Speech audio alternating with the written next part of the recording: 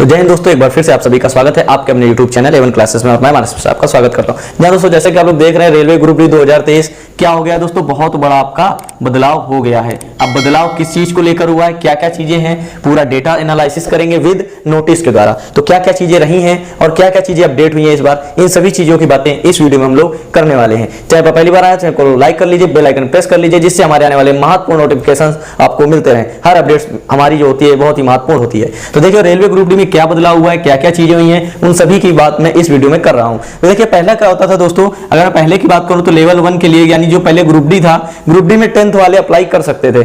लेकिन इस बार से क्या हो रहा है दोस्तों, अब 10th वाले अप्लाई नहीं कर सकेंगे। अब क्या हो गया है, जो रेलवे का नया नोटिस आया है वो नोटिस भी मैं आपको दिखाऊंगा। पहले आप डेटा देख लीजिए, उसके बाद उस नोटिस में क्या क्या कहा गया है वो सभी चीजें आपको मैं दिखाऊंगा और बिल्कुल बताऊंगा भी। तो पहले आप इतना डेटा, अब क्या होगा दोस्तों, अब आपके पास आपको 10th पास भी होना चाहिए और आपके पास ITI होगा। क्या होना चाहिए, ITI आपको पास होना चाहिए। अब ITI आपका किसी भी ट्रेड से हो सकता है, मैकेनिकल हो, फिटर हो, ठीक है, उसके बाद इलेक्ट्रॉनिक से हो, इलेक्ट्रीशियन हो, ठीक है, और उसके अलावा जो जितनी भी डीजल मैकेनिक वगैरह जितनी भी आपकी लोकोमोटिव पोस्ट हो सकती हैं, कोई भी पोस्ट आपकी हो सकती है। मगर अगर आपने ITI कर रखा हो, कोपा से हो, कंप्यूटर ऑपरेटर से हो, किसी भी ट्रेड से आपने कर रखा है तो आप अप्लाई कर सकते हैं। अगर जिसके पास ITI नहीं है, उसने क्या किया हो, उसने 10th पास किया हो और अप्रेंटिसशिप किया हो, ठीक है, उसने क्या किया हो, 10th पास किया हो और उसने अप्रेंटिसशिप कर रखी होगी, तो उसके लिए भी दोस्तों यहाँ पर वो फॉर्म फिल कर सकता है। अभी जो रेलवे की नोटिस आई उसी के अकॉर्डिंग, ठीक है। अगर मैं बात करूं तो लेवल 1 के लिए आप क्या कर सकते हैं, सिर्फ 10th प्लस ITI वाले ही कर सकते हैं, या फिर अगर आपके पास ITI नहीं है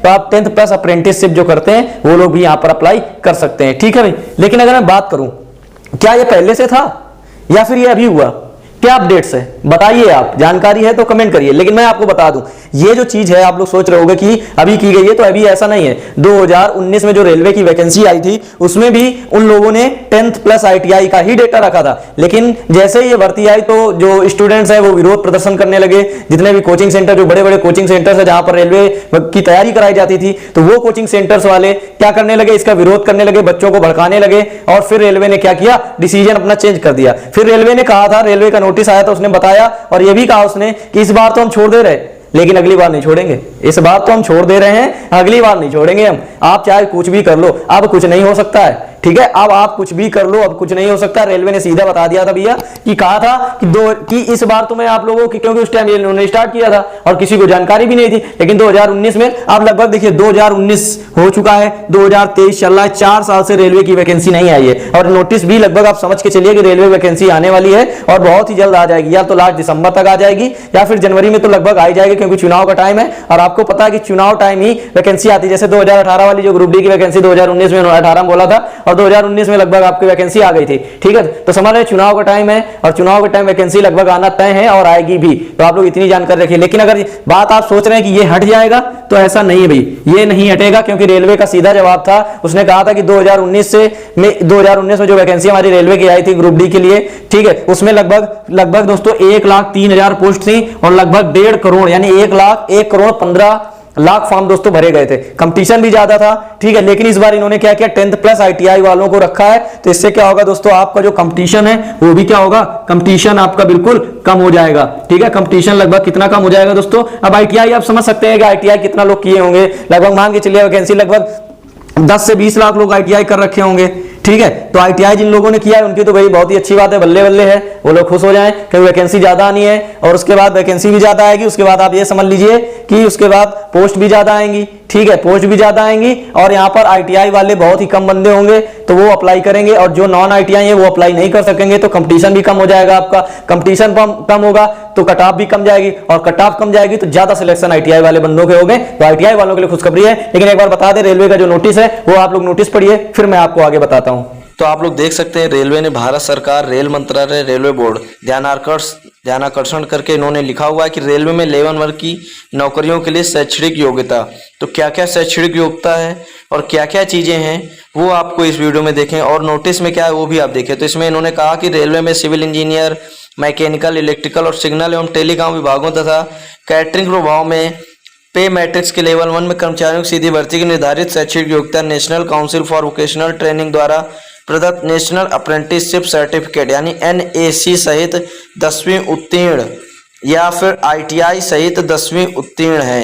यानी उन्होंने सीधे कहा है कि इन पोस्ट के लिए जो भी बंदे 10वीं ITI 10वीं और प्लस ITI कर चुके हैं या फिर 10वीं और NAC यानी नेशनल अप्रेंटिस सर्टिफिकेट धारक हैं, वो फॉर्म भर सकते हैं। फिर उन्होंने कहा इसके लिए शैक्षणिक योग्यता उत्तीर्ण की गई है।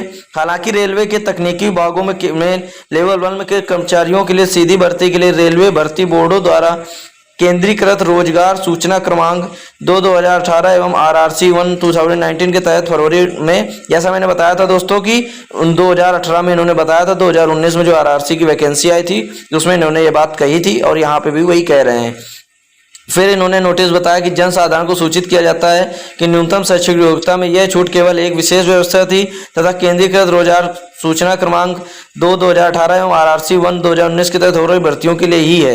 रेलवे में तकनीकी, सिविल इंजीनियरिंग, मैकेनिकल, इलेक्ट्रिकल और सिग्नल एवं टेलीकॉम विभागों एवं कैटरिंग प्रभाव में पे मैट्रिक्स के लेवल 1 में भर्तियों से होने वाली भर्तियां जिनकी सूचना 15/6/2019 के बाद जारी होगी के लिए न्यूनतम शैक्षिक योग्यता national council for vocational training द्वारा प्रदत्त नेशनल अप्रेंटिस सर्टिफिकेट NAC सहित 10वीं उत्तीर्ण या ITI सहित 10वीं उत्तीर्ण ही होगी।